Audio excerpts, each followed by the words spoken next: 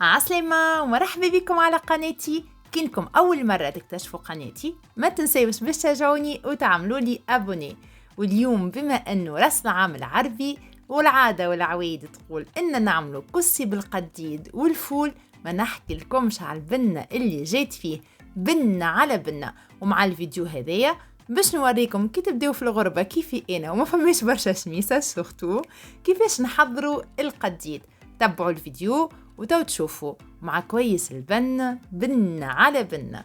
أول حاجة باش نعملوها في الفيديو اليوم هي طريقة تحضير القديد، وراهو الطريقة هذه على طريقتنا نحنا كيما تعودنا، عادة مماتي وأمي كيما يقولوها. معناها راهو كل حد طريقته في تفويح القديد، فما ناس تفوح القديد وفما ناس كيفنا نحنا جوست يحطوله الملح وما يفوحوش، وبيان سور كل حد وطريقته. اما ما فيها بيس كي نشوفوا طريقه جديده نحاولوا ان نجربوها وبقدره ربي باش تعجبكم. القديد اللي يتغرق في الملح راهو يجي بنا الدوخ، جربوه وتفكروني. اول حاجه تمشيوا للزازار هوني وتقولوا له يعطيكم اسمها البارتي اللي تعملوا بها القديد، هي اسمها البواترين دانيو. هذيك ديجا يبيعوا وحده وتلقاهم حاضرين، جوست تقولوا شويه يضرب لكم العظم هذيك خاطر يبدا صحيح. وها باش نوريكم انا الطريقه كيفاش اني باش نجي نجرحه باش هكاك يدخل فيه الملح ويشيح لي في ساعه. راهو ديما لازمكم انكم تجرحوا اللحم. شوفوا البارتي هذيا كيفاش باش نعملها وبالمقص نحاولوا ان نتبعوها. حاجه مهمه برشا، رانا ما نقصوش نخليوه هكاكا كيما الشريطه احنا نقولوا. حاولت اني نفسر لكم هكا بلغتنا معناتها باش تفهموني.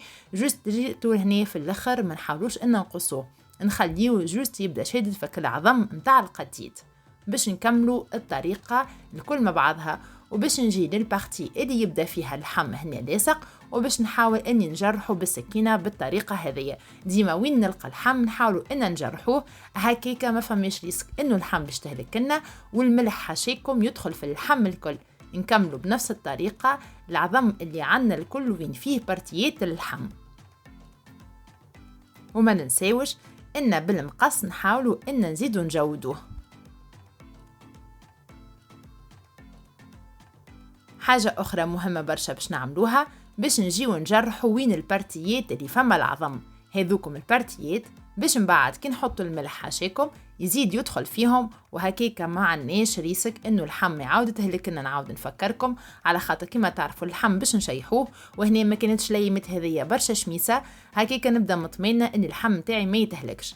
كملت ريقلت البارتيات الكل بنفس الطريقه كيما قاعدين تشوفوا، وباش نجي اني نحاول نحطه في الملح.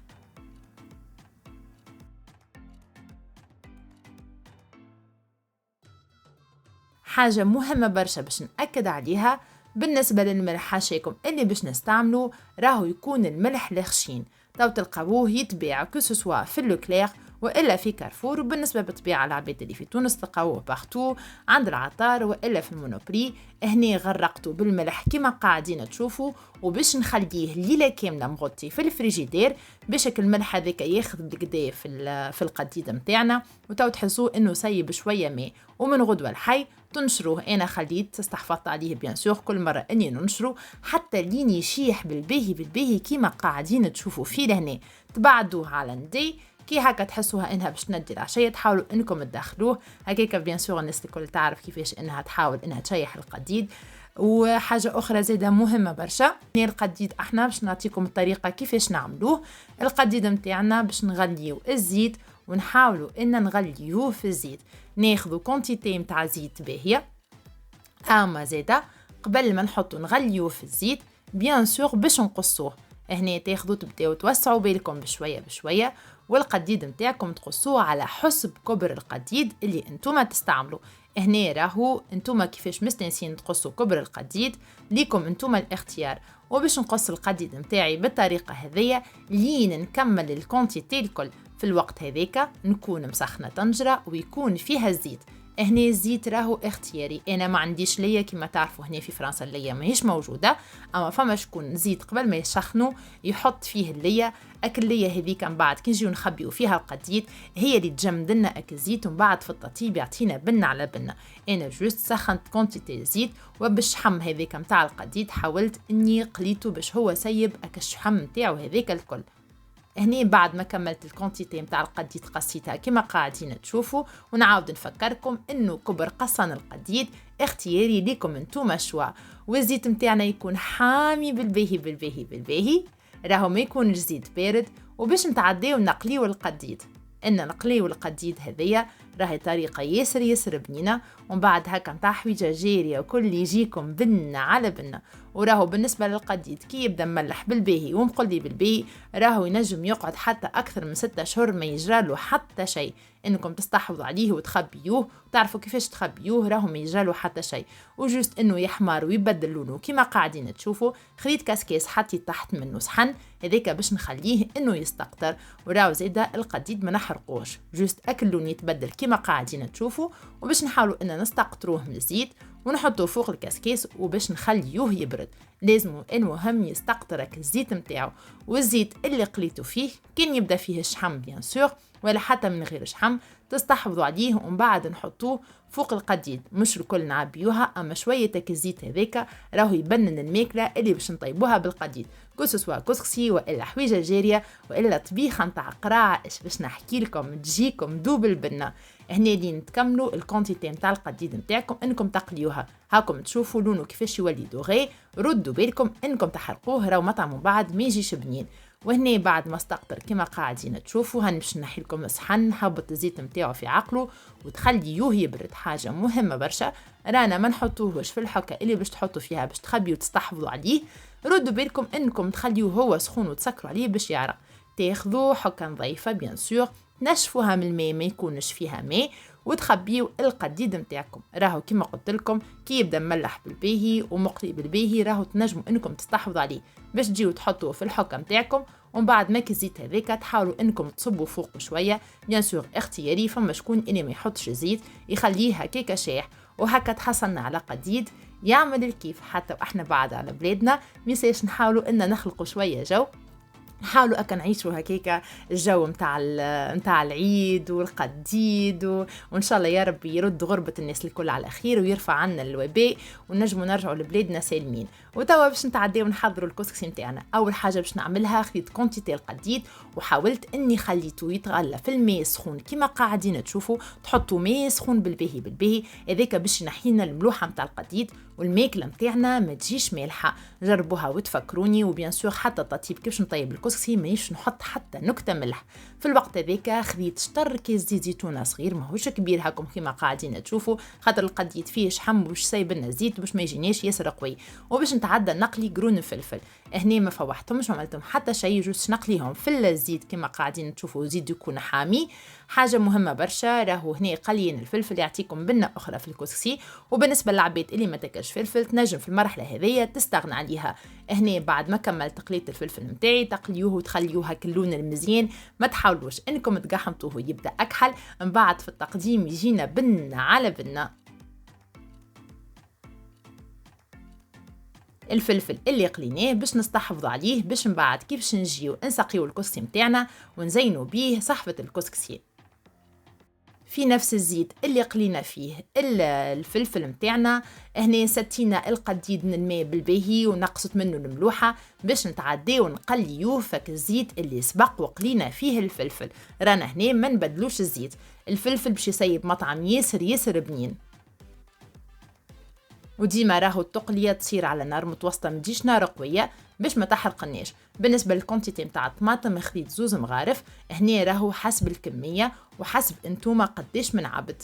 وباش نقليو اكل الطماطم نتاعنا هنا ديما نعاود نفكركم الغاز نتاعكم ما يكونش عالي باش ما يحرقناش الطماطم تعرفوا كانت حرقت راهو لونها يولي كل احمر الغامق اللي عاتي على الكحوليه ما يجينيش من بعد لونه مزيان.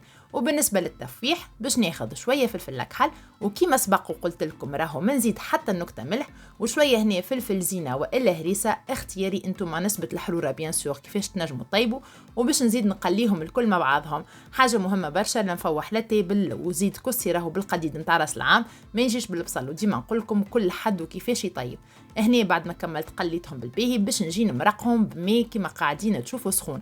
تحاولوا انكم تسخنوا الماء ولا بماء دافي، المهم ما تخليوش ماء بارد. راهو الماء بارد يخلي لكم القروصيه نتاع الطماطم والماء سخون يعاونكم انه الطماطم ما تخليش القروصيه نتاعها. وباش نجي نخليه يغلي شويه في الوقت هذاك نكونوا قبل بنهار اخذينا اكل فول الاخضر متاعنا اللي تاخذوه بقشوره، وباش نحاول اني ننفخه ليله كامله قبل ما نحضروا الكسكسي. هذا الفول بعد ما شريته نفخته ليله كامله.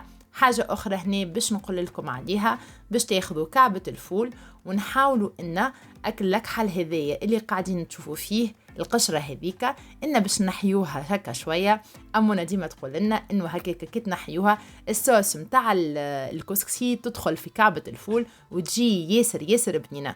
باش نجي وقت اللي هو يغلي وباش نحط الفول متاعي يطيب مع القديد والطماطم. بعد ما مرقت هذيا طول بعد ما تمرقوا تحطوا الفول متاعكم، وباش نخلي الصوص متاعي يطيب نتفقدها بيان سور دو طون زون طون كان حسيتها انها نقصت من الماء، وما نحط اني نفور التفويره الاولانيه متاع الكسكسي الا ما الفول متاعي نحسه طاب. بالنسبه لنوع الكسكسي اللي نستعمله راني نستعمل الكسكسي داري، جربوه وتفكروني انا ناخذ الجيد. بيان سور انتم كيفاش مستانسين تستعملوا راهو يجيكم بنه على بنه وتبارك الله قديش يشرب، ما يجيش مكعبر ما يجيش معجن. جربوه وتفكروني. هنا انا خديت الكسكسي متاعي، وبالنسبه للكسكسي حاجه مهمه برشا اني باش نعملها، باش نحط كما قاعدين تشوفوا لهنا. حاولوا ان بيديكم هكا نفركوا كعبات الكسكسي وباش نفوحوه. هنا كيفاش التفويحه نتاعو باش يكون زوز مغارف زيت زيتونه ما اكثرش،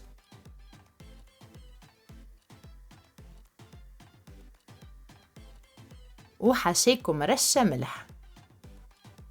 هذيا ديما قبل التفويره الاولانيه. وبيان سور ما تحلى الكسكسي ما يجي بنين كان مديات امونه يتحطوا فيه. هنا امونه حركه لنا الكسكسي كما قاعدين تشوفوا بمغرفه، وزاده كان فما كعابر نحاولوا ان نحيوهم، ومن بعد ما نحركوه بالباهي نحاولوا ان نفركوه بيدينا بالطريقه هذيا، وهكاك يكون الزيت الكل دخل في الكسكسي. راهي كونتيتي الزيت ما تكونش كبيره كما قاعدين تشوفوا. وباش نتعدي ونحطوا الكسكسي يفور التفويره الاولى. بيان سور ديما راني قلت لكم التفويره الاولى نتاع الكسكسي ما نحطها تفور الا ما نحس انه الفول نتاعي طاب بالباهي. هنا راهو الفول ياخذ وقت، والقديد كما تعرفوا راهو ماهوش برشا وقت انه نتاع تطيب، باش نحط اني نفوروا التفويره الاولانيه. هنا خاطر انا استعملت كسي الباكوات نفوروا مرتين، فما شكون يستعمل الكسي المفور يهو يستحق انه تفويره بركه. وفي الوقت هذاك وكيما مستانسين والعاده والعويد باش نتعداو نصمتوا العظم. بيان سور كل عبد على حسب الدار، نعرفش نتوما كان تعملوا كيفي ولا لا، يقولوا لي في لي كومونتير. نحطوا لنا على حسب مع العبد الكونتيتي نتاع العظم. وهنا بالنسبه للتفويره الثانيه خذينا كاس ماء، الماء لا كان دافي لا كان سخون، ماء عادي، وصبيناه فوق الكسي وباش نخليوه يشرب. وتو تشوفوا راهو الماء ما يهبطش، الماء هذاك يشربوا اكل الكسكسي. هاني هنا باش نهز لكم تشوفوا فما حتى نكته ماء. راهو بعد نحاولوا ان نقلبوه ونفركوه بيدينا كما العاده، ما نخليو فيه حتى كعبوره. الكسي متاعنا يبدا راهو مفرك الكل، وراهي طريقه ياسر باهيه متاع الماء. فما بيان سور كل حد كيفاش يعملها، انا هنا عطيتكم الطريقه متاعي. ان شاء الله تكون الغوسيت هكايا مفهومه واضحه. بيان سور كان مع هكا عندكم اي كيستيون والا ما فهمتوش حاجه اكتبوا لي في لي كومونتير، وزاده اكتبوا لي في لي كومونتير انتوما كيفاش تحضروا القديد وكيفاش تفوحوه وكيفاش تطيبوا الكسي بالقديد متاعكم. ديما انا راني نحب اني نسمع هكا دي غوسيت اخرين ولا يكونوا مختلفين هكاكا، كل مره نتعلموا حاجه وكل مره نزيدوا حاجه، وكل مرة إن من بعضنا نتعلموا برشا حاجات راهو، ونعاود نحطوه إنه يتفور المرة الثانية. بعد ما كملت تفور الكسكسي متاعي باش نجي نهز مكسوس هذيك نهزو إن ليديم من فوق بالكل.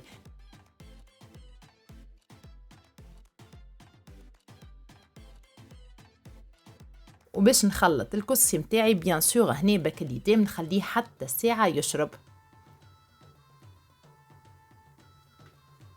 والطريقة متاع اليدام اسمها إن نسحموا بيه الكسكسي، كل حد وكيفاش يقولها، نخليه يشرب ونخلي من بعد إني باش نجي نخلط الكل مع بعضه. ووقت اللي اليدام متاعي نحسوا إنه شرب الكسكسي الكله، بيان سور ما نخليش بارتي إنها شربت اليدام وبارتي دي، ديما نحاول إني نخلط، وكان حسيت فما كعابر نحلهم بالقفاية متاع المغرفة اللي نخلط بها. وباش نجي نسقي الكسكسي بالطبيعه هنا تسقيت الكسكسي نحاول اني نحط المرقه متاعي ونخليه يشرب في عقله، مش طول رانا ان نحركوها كيك تحسوا يجي معجن وما يجيش باهي باش نخليه يشرب المرقة متاعه في عقله، ومن بعد نخلط كل شيء مع بعضه. وبيان سور طريقة التزيين راهي اختيارية، تحطوا انتم كيما تحبوا.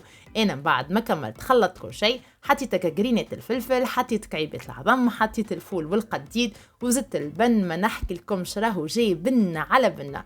جربوه وتفكروني، وان شاء الله كل عام واحنا خيين بألف خير يا ربي. رسالتنا متاع اليوم كملت، ان شاء الله تكون رسالة واضحة ومفهومة كما العادة. وكان عندكم اي كيستيون الا ما فهمتوش حاجة اكتبوا لي في لي كومنتير، وان شاء الله انا تنجاوبكم. وما تنسيوش شجعوني باللي جيموا لي كومنتير وبارتاجيو الفيديو، وتابعوني على انستغرام اسماء البقلوتي. وان شاء الله نرجع لكم في غسالة جديدة وبنة جديدة.